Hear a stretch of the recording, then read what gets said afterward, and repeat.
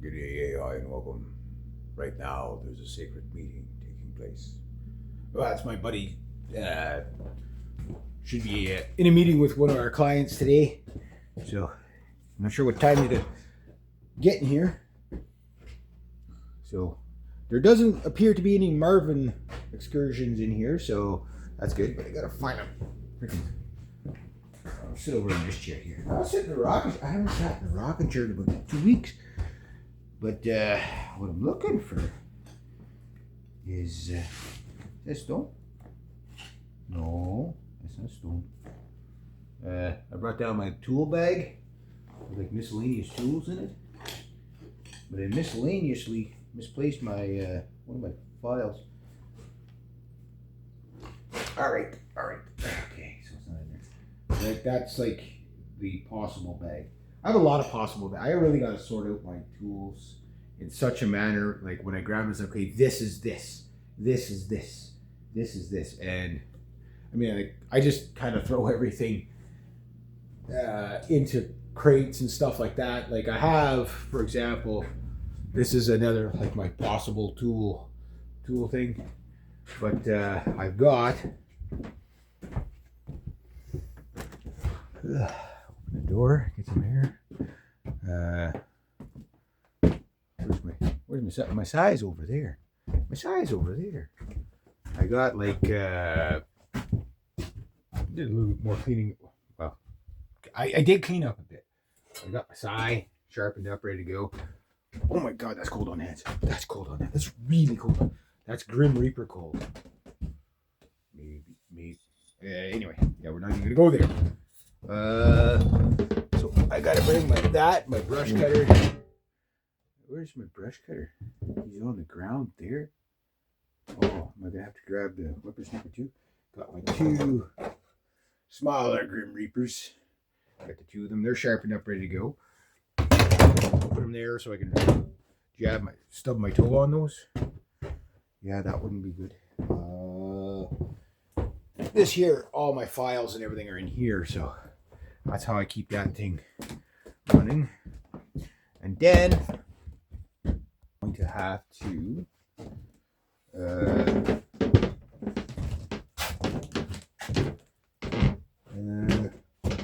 get him out of there. But I'll wait till Paul comes because he's not going to be for the while. Then I'm going to need my rakes. Well, we'll see because it might only be two of us today. That should be almost aired out. So I probably should bring those. We're doing annuals today, so I've got a spare rake for Jesse if he does show up. 2 spare rakes. So I got 4 rakes. Not great rakes, but I got 4 rakes. And then where's the other blade? What do I do with it? Oh yeah, Morning View. Hey, hang on. Morning View. What a horrible sounding bird.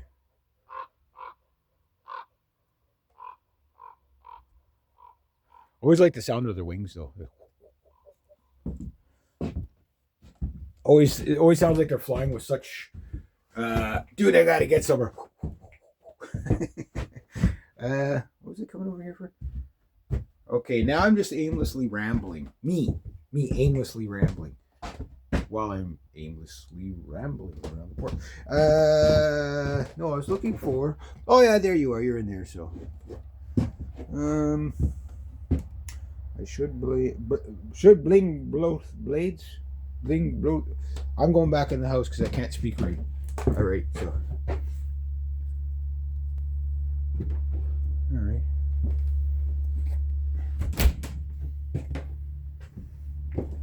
It smells very earthy around those pots. Yeah, so it's not bad in here. Like one thing though is those candles that I burnt the other day. They leave a weird kind of scent. Maybe that's why they got thrown out. Like yeah, they leave a weird scent. Yeah, they're not like a nice smelling candle. So I don't know. I don't know. I don't know. But I'm gonna get my buddy to do the sniff test again, just to see if he notices an improvement of mustiness. I noticed an improvement, but because I burnt those candles yesterday, they smell kind of funky. I think because there was dirt on the candles. So my buddy's vehicle, it's not like my other client's vehicles, because one client, her vehicle, she just got it. It's a hybrid. You do not hear that thing coming or going. So I have to like leave the door open so I can hear it, right? Whereas my buddy, his car is like that you hear it right away. So I do want to play my instruments just before I go, but I thought I'd make a little video. So got at least possibly 3 days of work, 2 to 3 days of work left. Called another client last night. I still can't get a hold of the guy for the freaking beaver trapping. And like once there's ice on there, it's like like, dude, it's almost November. Like the opportunity slows down a lot quicker, right? So maybe he found somebody else. I don't know, but one of my clients is like a neighbor and might have his number, so I'll get it from her if I can. I'll try them again tonight. I got to try to see if I can sort out the hydro bill thing tonight. I just want things sorted out so I can just, everything's in place and just leave it, right? So I got to get the hydro bill diverted from this address to up there because this is considered a non-resident by the post office. So the only way to make it a residence, you have to have proof of residency, like your driver's license or something like that. So I'm like, well, what happens to people that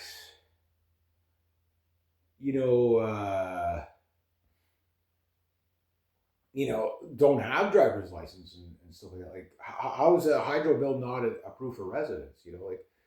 But I think what the lady was getting at is like, no, you have to pick one or the other. So I'm not going to convert everything to down here because, like I say, I got restricted firearms and stuff like that, and to transfer all that over to here would be maybe over time, but all my banking information would have to be transferred. Like, just no, no, don't want to do that because like you say, well, just do that down here, and then the other mail will just go there. No, it's one or the other. Like you got to pick one, right? So I'm just going to pick, where I've been for the past 20 since 2008.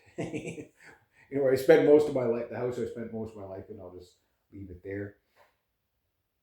So I'm gonna do that, get some work done, and hopefully that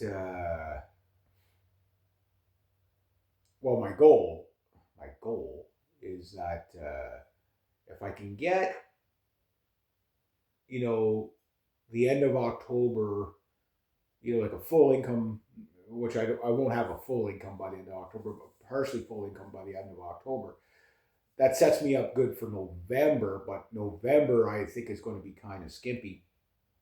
So even if I get at least half of my income in November, then that'll be December, January, February, March, April. I might have enough to get through the winter with my savings, but it'll be like nip and tuck just. I usually like to have like enough money up to June, right? But that's really hard to accomplish, to be 6 months ahead on you ideally want to be 2 years ahead on all your living expenses. I know, how impossible is that? It'll take you about 5 years of scrounging and saving and really saving to be able to do that. But the upside is like you can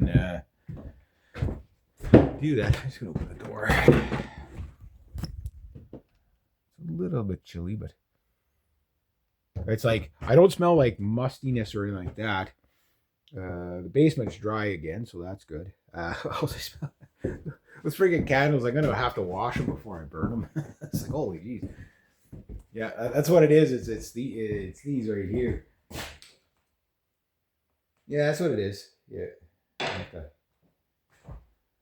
Those candles last about an hour. That's what I figured they would last. But anyway, bottom line is,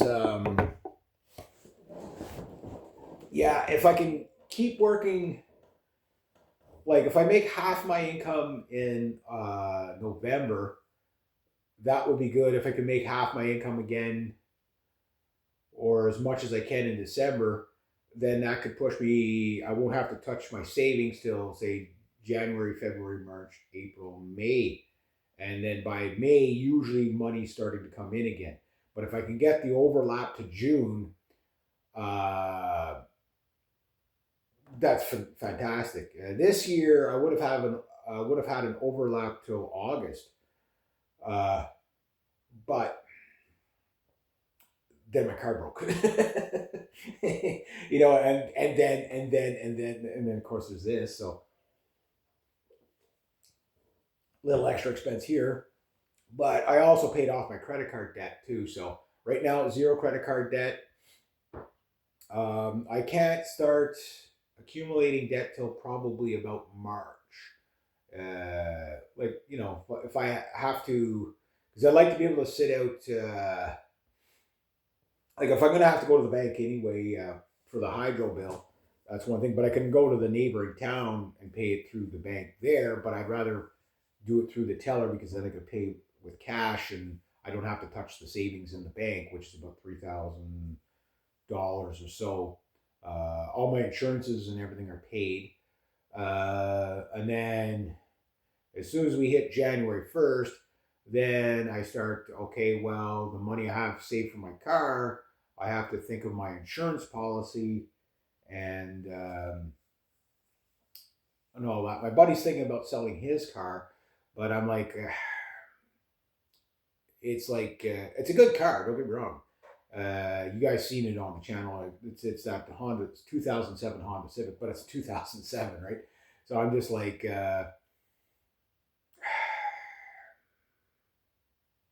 I know I'd get more, like I'd get a lot, like he's been driving that thing for years.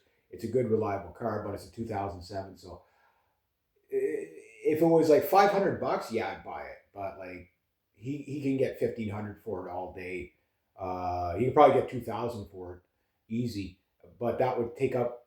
You know, I want something newer. You know, like a 20, like ideally I don't want to buy anything older than 10 years old, so I need a little bit more money before that because like 10 years is kind of like 10 years is just when things start becoming a problem, and at 15, 16 years usually the vehicle's done regardless.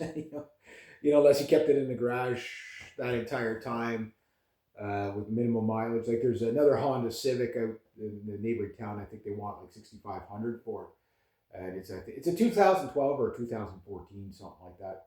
But it's just like I want something that has better towing capacity and more like a minivan would be perfect for me, because then I wouldn't have to get an enclosed trailer. I can just leave everything in the van, rolling toolbox, lots of room. Uh, you know, something like that, an SUV, something I could put stuff in like my client's HRR, that would have been an okay vehicle for me because it actually has a fair amount of space in those things.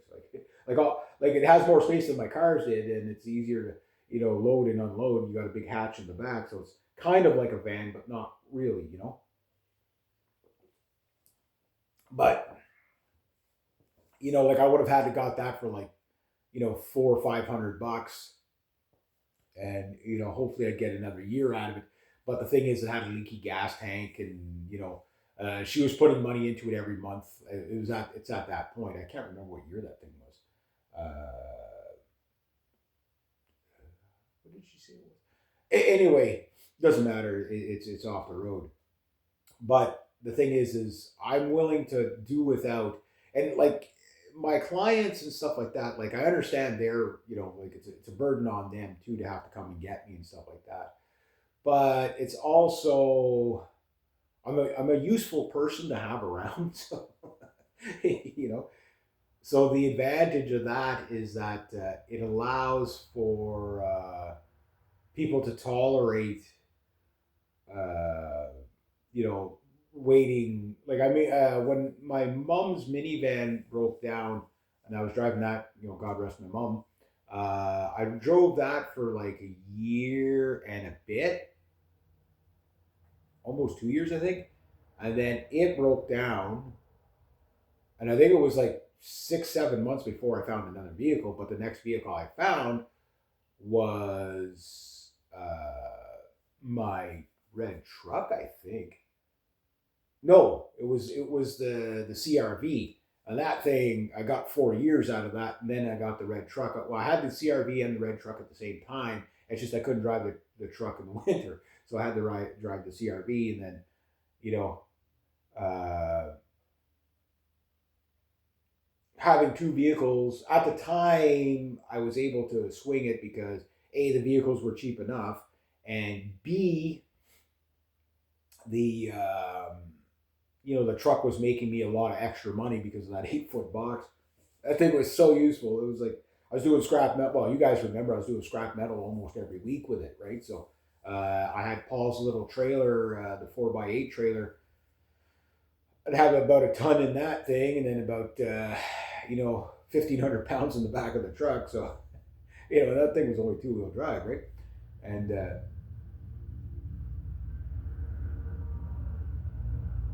side by side, or sounds like a side by side. Anyway, going by.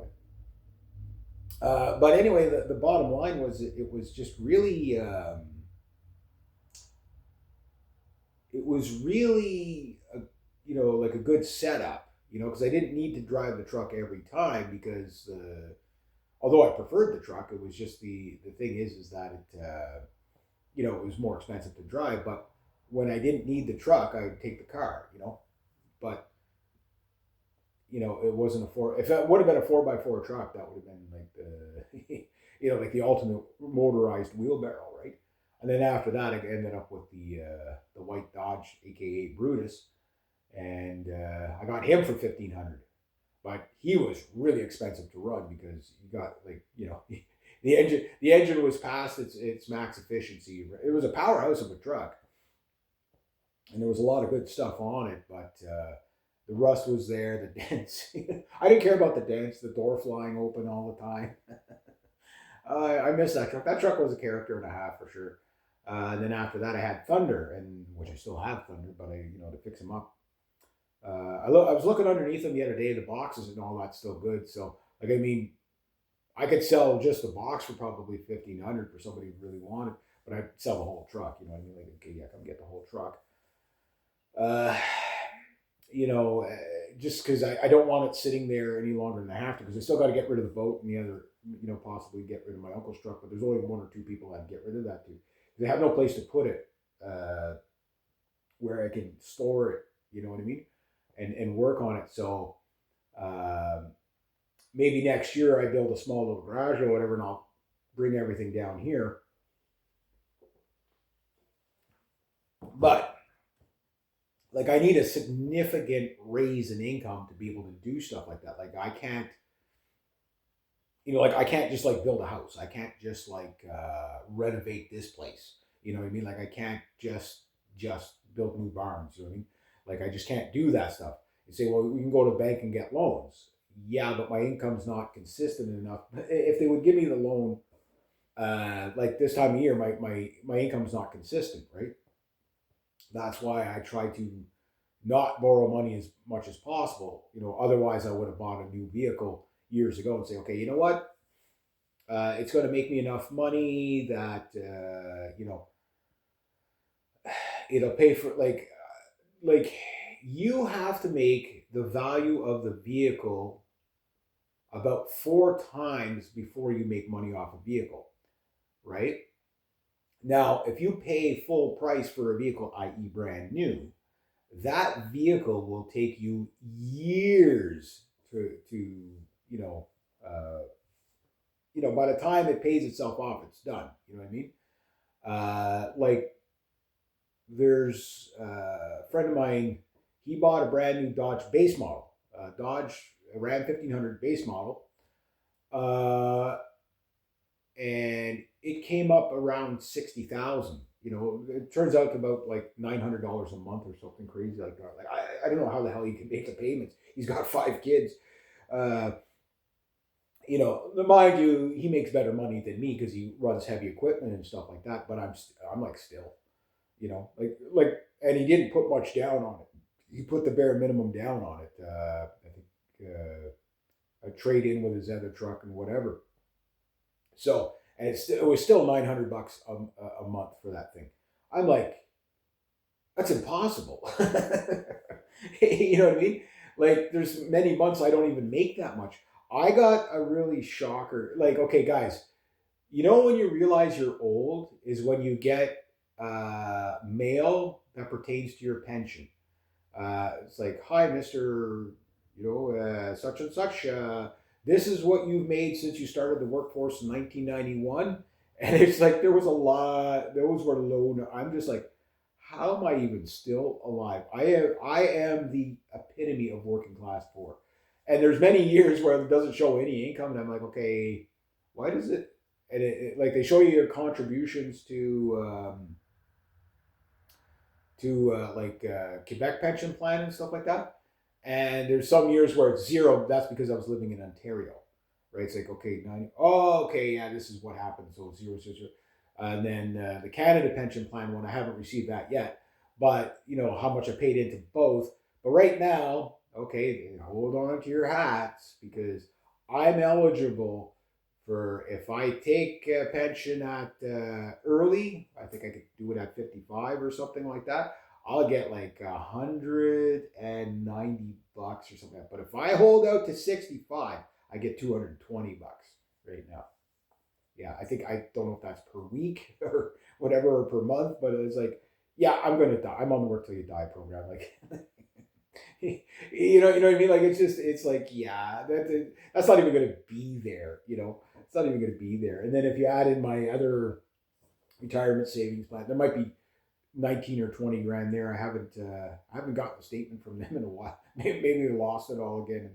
And I'm almost terrified to follow up on it, but it's just like, well, the good news is everything I put into that one I already got back. So that was my RRSPs, and I put in 7 years. I put like $6,800 or $6,900 in a 7 year span, and it was mainly just to keep my taxes down. And then what I did was I withdrew something like over like I did it on the schedule that I was able to do it. Like, you were allowed to take out so much per year before they'd really ding you in a high tax bracket. Tax bracket. So I took out the max I could take out without them. That's not the Paul's car, but it's still going, so it's not. Because I hear more boom, boom, boom, with it because it's a standard, right? And he likes to double clutch it, boom, boom, boom, rev it. Standards are fun though. Yeah, he has fun with that car. But what I'm getting at is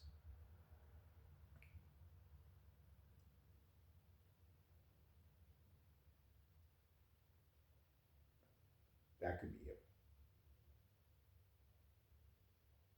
See, there's a weird thing when people slow down at the bridge. I can hear it, but when they hit my driveway, because they're turning the vehicle, the sound seems to go the other way a bit. And there's like a dead spot, and then all you hear, it's like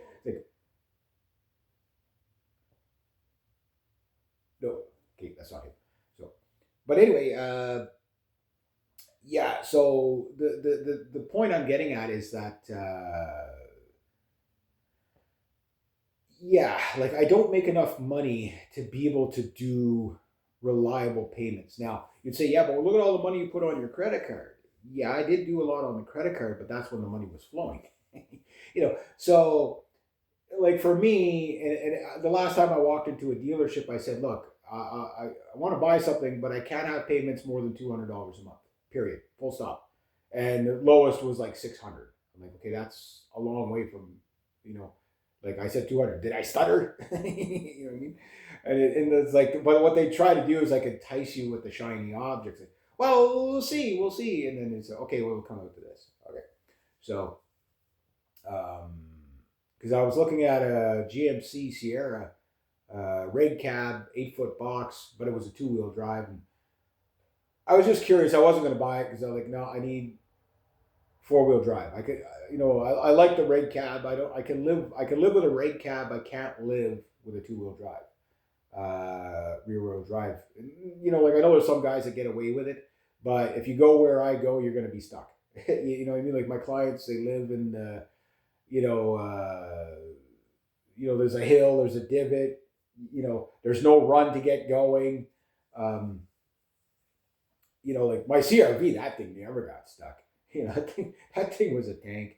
It was, I really, really miss that car. Like it was such a great, like, okay, yeah. So when it was really cold, the doors would freeze and fly. They'd either freeze, you couldn't get into it, like the silver pellet. It was like the doors were froze all the time, or like the latch wouldn't hold, like the doors would fly open while you're turning on the CRV. Oh yeah, it was yeah. The Honda can make a really reliable vehicle, but they haven't got the Canadian winter thing kind of figured out quite yet. Even with the newer ones, they're getting better though. It's like, oh yeah, these, yeah, I think, yeah, like metal doesn't function the same way in the cold. You know what I mean? But I think I aired the place out enough. I better go close my door. But yeah, so like for whatever vehicle I do end up with, like I just don't want to do desperation buys because well, it just puts me right back to where I am. Like, okay, great, I get another vehicle that gets me to the middle of February. You know what I mean? Then I got to go looking for another vehicle again. It's like the demoralization of not having a vehicle is not the fact that you can't just come and go as you please. That's part of it. It's the fucking search for a new vehicle that pisses me off because it's just so tedious. It's so much hurry up and wait. Like I got the money. It's just there's nothing available that suits what I need. And I do have a criteria with this one. I mean, I did it with Thunder. Thunder, I knew exactly what kind of truck I wanted. It's just I bought a truck that was just a little too old. Nice truck, but just a little too old. And like if I can get Thunder and Buck into a garage where it could stay dry, like because they won't fit in the barns or anything like that. It's I was looking at it the other day. I'm like, maybe I could get a vehicle in there. If I could get two vehicles, but I'd never be able to, you know, I'd never be able to squeeze them in there like. They have to get in there under their own power, right? But once I get all that cleared out, I might be able to build a decent lean-to, and then it doesn't have to be a heated garage. It just has to be something where okay, maybe there's a pad so that it's not just sitting there rusting. You know what I mean? And then okay, get some air tools. Just start taking things apart, clean up, like take the Ford right down to the frame, because that's what needs to be done. But to rebuild that, like I mean, to do rebuild Buck the way I want, I'm looking at about 35 grand, right? So that's something, like I'm a car guy, truck guy, whatever, sure, but it's money I just don't have. Like I thought I'd have the project going pretty good by now, and it just seems like the inflation just got too high. Like when I bought Freddie my first truck, okay, like I was filling that thing up for like 120, and driving around all week on that. That truck got really good mileage for a V8. Probably one of the best mileage trucks I've ever seen. It was a 4.6 liter, so it wasn't small. You know what I mean? And it wasn't a super powerhouse of a truck, but it did the job. Like it did the job. But the thing is that our currency has halved since 2020. It's halved since from 2008 to or from 1997 to 2008, our currency halved. From 2008 to 2020, it halved again. And now from 2020 to now, it's halved again. So it means everything is that much more. Like there's certain things, yeah, okay, like a tomato still costs what a tomato costs. It's a little more expensive, but they hide the inflation here, they hide the inflation there. So when you hear guys like Jim Rickards go that, oh well, inflation, if you account for everything, it's really not that high. It's only marginally higher. Yes, but where it's high is where it hurts people the most, cost of living, right? So yes, your iPhone is going to still be relatively inexpensive, uh, but even at that, our money is halved. So it's like you can't get ahead of the inflation. Like $25 an hour was good money 4 years ago. You know what I mean?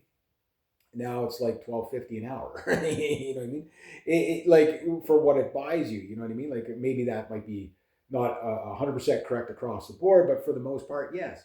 Like the fuel prices are still well over $1 a liter. You know what I mean? Which means more than $4, 4 or 5 to $6 a gallon. That hurts. you know, like you adapt to it, but it hurts.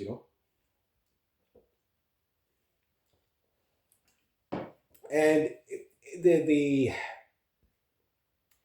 And I know what the argument is. Like, well, in a country that could produce its own oil, like how come our fuel prices are so high? Well, it's not just based on the oil. You know what I mean? Like that's part of it. It's the government spending. You know what I mean? If the government was to just stop spending and just balance the budget and not spending more and start to pay down the deficit, the cost of fuel will go down just because our purchasing power will go up, right? So you can't look like, for example, gold's over 4,000 an ounce, right? What kind of world is in $4,000 an ounce? What kind of world are we going to be living in at $5,000 an ounce? Like, yeah, my gold is going up. Yeah, but that's a bad thing. Gold going up is a bad thing. It's not a good thing. If you're holding gold, I get it. You see it as the investment, but it means that the world is more dangerous.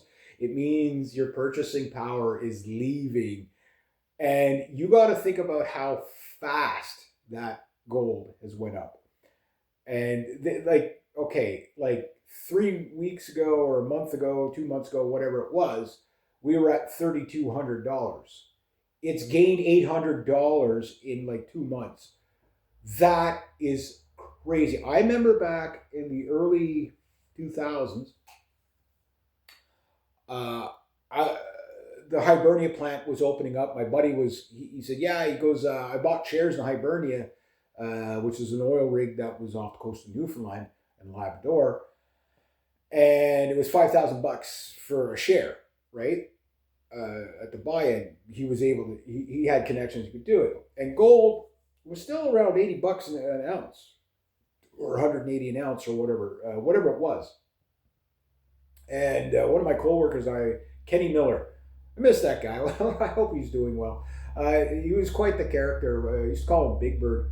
He was just a really, really large man. Like he was like 6'3", both ways. Big scruffy beard. But he was one of those guys. He just knew everything about everything. So that's he was a very intellectual guy to talk to. But he was also a fun guy to like take jabs at because we'd banter off each other, right?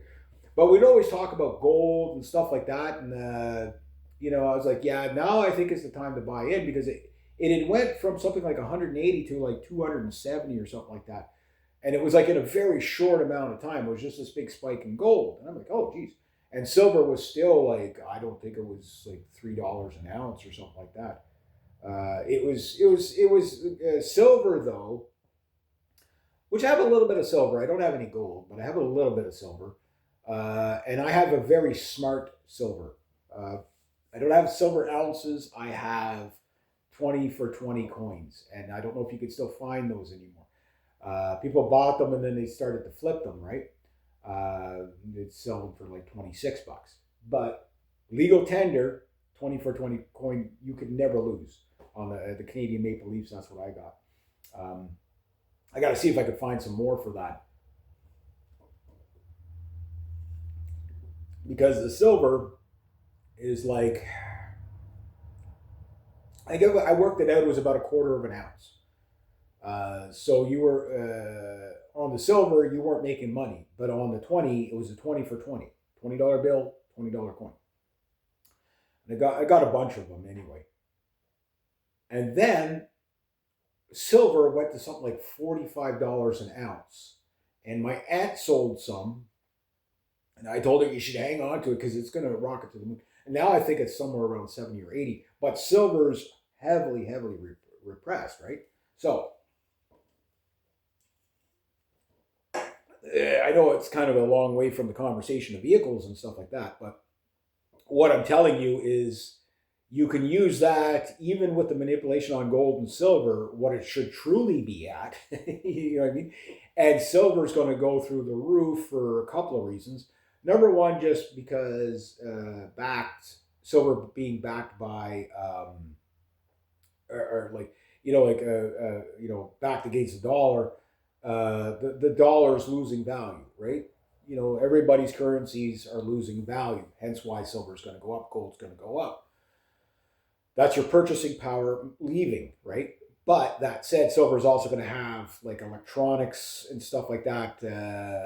Silver's the new gold for electronics, right? So, and there's going to be a high demand for silver in the near future for all this technology stuff, right? So there's that. It's going to go up for that. But if you just base it against inflation, what it's telling you is even if you don't own any, you can use it as a barometer. They used to use the Coke effect. Basically, the price of a Coke in 1929 versus a price of a Coke in say 2029. You'll be able to say, okay, in 100 years, that same dollar could buy this many Cokes. There were 5 cents. You buy quite a few of them, right, for $1. And then you basically had, what's the price of a Coke now? Like $3, $4, $5, right? Like it's not much.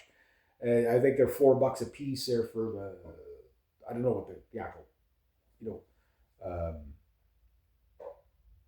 the actual bottle is, but the plastic bottle or the glass bottle of Coke is, but it's probably about $4 or something like that. So from 5 cents to $4 in 100 years, that's how much purchasing power you've lost. You know what I mean? Sure, wages were low back then, but they were relevant to, like you could do groceries for $20 for the month. You know what I mean? And eat like a king back then. If you made $80, probably 20 for rent or whatever. So yeah, the scale of things was much less than what it is today.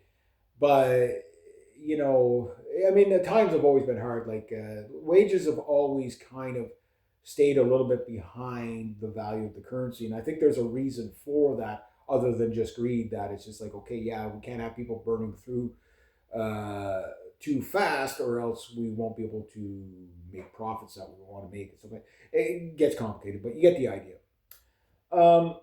So for me, I'm like, okay, this is the understanding that I have when I go to buy a vehicle. Okay, so I know it's a long way around back to where we started, but you can understand why when I buy a $500 vehicle, why I say you have to earn it back 4 times to make money, to say you made money with it. So 1, for the loss of the money you spent on it. 2, to recoup what you've spent on it. 3, to basically replace the item. And 4, to save up to upgrade the item, right? And that's, so if you buy a $60,000 vehicle, you got to make almost $250,000 before you're making profit with it to justify it. So you see what I mean? Like it doesn't, because if that vehicle breaks down, right? And that's everything for the life of the vehicle that you put into the vehicle, right? So for me, every vehicle I've had, even including Thunder made his whole entire value back once, plus about maybe $1,200 above the cost of operation. So it basically zeroed itself out. That's it. So for you'd say, yeah, no, well, you made your money back. No, I didn't, because the thing is I covered the cost, right? But I didn't make any money to get ahead. And that's why when I bought Thunder for $6,200, and then the cost of running them for 11 months, I only got 11 months out of that truck, before it broke down to the point where I couldn't drive it anymore. Um, that was a hit that took me almost a year to recover from. You know what I mean? And I had the money, and I put the money down, whatever, but I had no buffer zone. I had, and that was one of those years where it was a late spring to get started, and it was a very early fall, and I barely made it through the winter. Like, it was just it was excruciating, trying to get through the winter with, the no vehicle and whatever. But it was so excruciating, because it was just like I had like no money, like no money, like enough to pay my rent, just, you know what I mean? And guys, I don't pay outrageous rent like other people. Even with the two places, it's not like when I, once I do a little bit more, I'm gonna reveal the numbers for this place. I'm waiting for the hydro bill to come in to say, okay, well, it's gonna probably cost me about this much a month. So then you'll know what I make. It'll cost me to make for you. I'm very transparent about my income, because it's nothing impressive. In fact, the impressive part is that it's so unimpressive. It's like, how is this guy still alive? Like when you see your income contributions since 1991, and you're like, wow, most people make more than that in a year. Like, it's really bad, guys. But you got to understand too. I joined the workforce at something like $4.95 an hour, or $3.95 an hour, whatever I was making. That's what minimum wage was back then in 1991. Might have started at $4.50 an hour. So, oh wow, I'm making $4.50 an hour. And in three and a half years at one job, I worked my way up to like $7.50 or an hour, or something like that. It was like my first job as a security guard, I was making $8.40 an hour or something like that, and I was like, that was good money. Like, wow, that's that was good money. It was above minimum wage, because I was a sergeant, right? So my buddy, he ranked as a private, so he made something like $7 an hour, which was still good for an entry level job in 1991. Like it wasn't entry level. Like, you weren't at $4.95 an hour, or whatever minimum wage was. You know what I mean? Like, so, like, I remember one girl, what was her name? It was Angela or whatever. I kept asking her out. She kept saying yes. But we kept screwing up what day we were going to go on the date, right? So it's like we just couldn't. It's too bad, because she was really cute. But anyway, I remember I talked to her all the time. She was a sweet girl. Anyway, she worked in the Laura Secord chocolate thing booth, right? So I was talking to her, and I said, "How much did you start here?" She said, minimum wage, so it was like $4.95 an hour, or whatever. And she worked like a dog. I mean, like they worked that poor girl like, like double shifts all the time, right? That was a very Gen X thing, double shifts. Everything was double shifts. And anyway, and that was the other reason why her and I could never freaking, get together, was, we were just freaking working like crazy, I worked night shift, so that was hard enough. And then, I was like, okay, well, how about this? Oh, I'm working. Oh, yeah, that was probably the main reason, was because we're like, every time we would plan a date, it was like either she was working or I was working. And it's like, yeah, that sucks, but it's like what I told her, I was making $8.40 an hour. So, oh wow, that's, geez, I wish, lucky you. You know what I mean? And I'm like, you're making almost twice as what I'm making. You know what I mean? And you know what I mean? Like, when you think about, okay, $8.40 an hour now. Wow. And then I got another job I started off at $9.30 an hour, worked there 7.5 years, made it up to $15.15 an hour. And I was just like, I was actually living pretty damn good. I was working on average 3 to 4 days a week, by choice. I could have worked 5 days a week if I wanted. The last 6 months before I moved up here, I said, okay, I'll do full time because I just wanted to bank a whole bunch of money, and I did. I bought I ended up in that 7 year period, 7.5 year period. I bought 2 kayaks, 2 sailboats, not at the same time, stuff like that. And it was just like, I was going out once a week for, listen to live bands. Like I think about that kind of money at 15 an hour. I was living, now mind you, I was living in the city, so I was able to do this. But I had money in my bank. I always had money. Like I was never broke. Even when I'd wipe out everything I had, the following paycheck, I would be like, I'd have money to spare. But mind you, I was living in Hull, Quebec, and that's where like all the crazy people are. And it was like rent included, everything was $540 a month.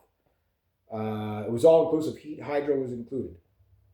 $540 a month.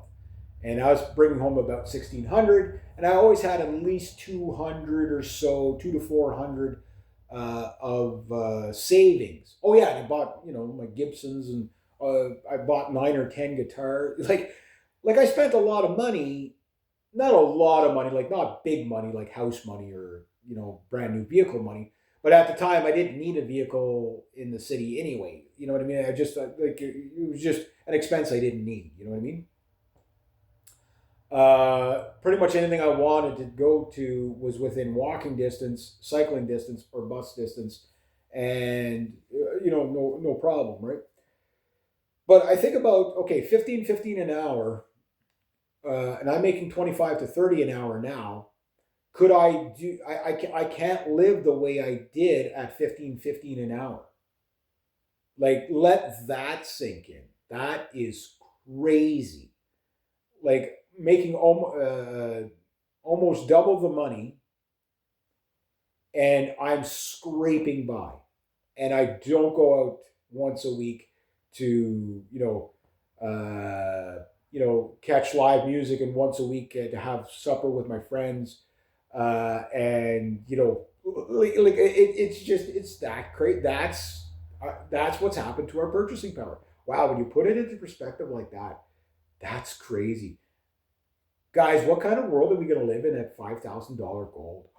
Oh, wait till it hits $10,000. Man, one thing I will say though, I'm gonna live in the fanciest cardboard box on the block. you know what I mean? This is one up. This poor old house is probably just one up from a cardboard box. People move out of this into a cardboard box. Yeah, no, I'm not living here, man. Walls are crooked. I love this place. It's great. A lot of fond memories here, with grandparents and everything like that. Oh, is that the Paulmobile? No, I thought it was my buddy Paul. I was listening for didn't hear it though. Yeah. So, but anyway, yeah. So a nice little discussion there. So I know some of these videos go on forever and long, whatever. I get that. I'm long-winded or whatever. But my buddy should be here. It's past 10, so I don't know how much work we're gonna get done today. But we get started on it because he had to have a meeting with the client this morning to see what we were going to do with the annuals, and I'm not sure where we're going to start. So we might start here, we might start there, we might start at the other place. We've got 2 places to do, maybe 3. We're not sure yet. I'm not sure yet. But anyway, yeah, there we go. So that's my vehicle situation. That's where I'm at, waiting for something good to pop up. But it actually has to be good because like once I buy this next vehicle, I have no money again, right? So it's I have to be so careful with how I spend. Like I know it looks like I spend like crazy and extravagant, but I really don't. Like when you think about it, yes, okay, the guitars and stuff like that. Yeah, I've spent a lot since 2020 on guitars and drums and all that, my recording stuff, and but those aren't really big items when you think about it. The tools, like the tools, like they make me money. Like I mean, I spent $2,001 on my chainsaws, and I don't know if they've paid for themselves twice yet, but I probably pretty close. In a very next month will be a year, right? But I mean, the chainsaw was $1,600 for the big chainsaw, right? The little one, God knows how many times that's paid for itself. It was like not even $300. My whippersnippers, again, how much? My pole arm chainsaw, I've earned about 190, I think. No, I've earned more than that. I think I'm at 240 with that one. 190 or 240. I'll say 190 just to go against myself, but I think I made a little bit more with it out of the 650 that I paid for that.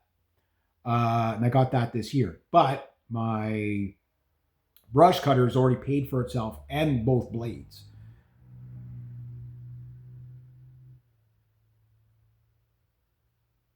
Anyway, so when you think about that, good return on investment, right? So my vehicle has to be good return on investment like that. You know what I mean? Where it recoups itself fast. Like, if you knew that you were only going to get a year out of your vehicle, that'd be one thing. But the problem is that you don't know how long the vehicle is going to last. You might get a day out of it. You might get 5 years out of it. You don't know, right? That's why you don't want to pay too much for a vehicle, but you want something that you can get at least 4 or 5 years out of, 4 or 5 years income out of, and get way far ahead on it, so that when you do buy your next vehicle, like as soon as you buy a vehicle, start saving up for the next one. No matter how much it is, even a brand new one, because like it dampens the blow when you've got to, like, let's say, like, for example, if you could make enough money that you could put like $100 a month away for a vehicle, right? So that's $1,200 a year. So in 4 years, you got $4,800, right? Maybe more, whatever. If you can do more than that, great. $4,800, you should be able to find something pretty good, but you got to factor in that you have to be able to put the license plate on it, a full tank of gas, and the insurance, right? And put it on the road completely, and maybe even an oil change to start. You know what I mean? That is your entire budget, right? So when you say I got $4,800, I've got about $4,000 or so that I could put on a vehicle, but 1,000 of that's probably going to go, towards operate, like insuring it and stuff like that, because the insurances aren't going down, they're going up, right? There's a lot of reasons for that, but we won't get into that. So you get the idea of what I'm getting at. Like, it's a really tricky thing when you have to divvy up your money. You know what I mean? Like, you got to kind of think of everything, and you usually never do. There's always something you miss, right? Like, maybe you get the vehicle, oh shit, it needs winter tires right away. There's another $500, right? So, okay. Like the silver pellet, like, if it wasn't so far gone, yeah, I would have put a bit more money into it, but it was like, when do you say when, right? Especially on a vehicle that old. I mean, that vehicle was what was it? 2000? I think it was a 2000, so it was like 25 years old, right? Like, you don't put money into a 25-year-old vehicle. I mean, if it's like a sought after vehicle, sure, but you don't do that, because you're gonna regret it. You're gonna regret it. Like, again, there's tons of video. It's all young guys mostly. I just got this car for $1,500, and I just did this. They do like $5,000 worth of parts on it, and the thing like blows a head gasket. Transmission goes, you know what I mean? They just throw all this money because it's their first car, whatever, and they just waste all their money on it. I never did that. My first car, I paid $200 for it. I never put it on the road. My mom drove it for about a year, God rest her, and that was like, it was like just drive it into the ground. Like, it's $200, drive it in the ground. I bought it off my aunt. Drive it into the ground. Like, there's just, you have to know what you're looking at. You know what I mean? Like the Dodge Avenger. I just intercepted that thing on the way to the scrapyard, and I got 3 months out of it. And I pretty much called it. I said, I'll probably get about 3 months out of it. And guys, I tried to fix that thing. I really did. And, it's like, when you say when, well, you just put a new starter in it, just put a new alternator in it, just put a new, this, but then it's like, you start looking at everything that's corroded on it. And it's like, man, you'll be chasing gremlins for years on that thing. You know, you can spend $1,000 and not fix it, you know, very easily. It's easy if you know exactly what the problem is. That's the problem with Thunder is nobody can figure out what the problem is, right? You know, you just don't know. But anyway, I'm going to leave it at that because I didn't think I'd make an hour-long video, but yeah, hopefully my buddy gets here pretty soon. I told him I'd be down here hiding in the house, so yeah. But anyway, there we go.